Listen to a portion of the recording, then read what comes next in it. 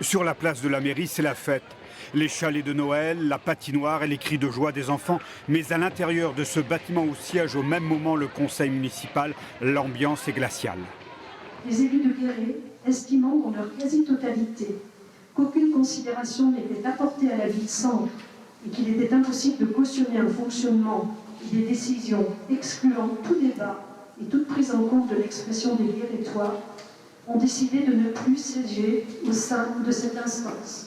Marie-Françoise Fournier, la maire, annonce que la ville ne siégera plus à Grand Guéret, la communauté d'agglomération. Ce n'est pas une surprise, mais la solennité du propos ferme le banc à toute discussion pour sortir de l'impasse entre les deux exécutifs locaux. L'intercommunalité continue à fonctionner, y compris pour la ville de Guéret, mais c'est toujours mieux si effectivement des élus qui y sont désignés siègent.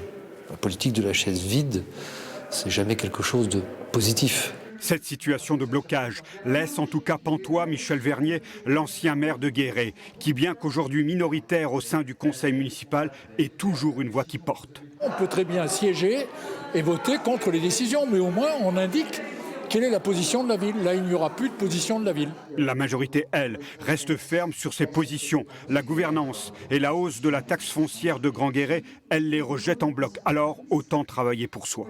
J'ai pas de temps à perdre avec ça. On a beaucoup de travail et on verra comment les choses évoluent. À défaut de siéger aux assemblées, la ville de Guéret forcée légalement de rester dans l'agglomération. Une situation qui risque de durer à moins qu'un médiateur ne soit en mesure de trouver une solution.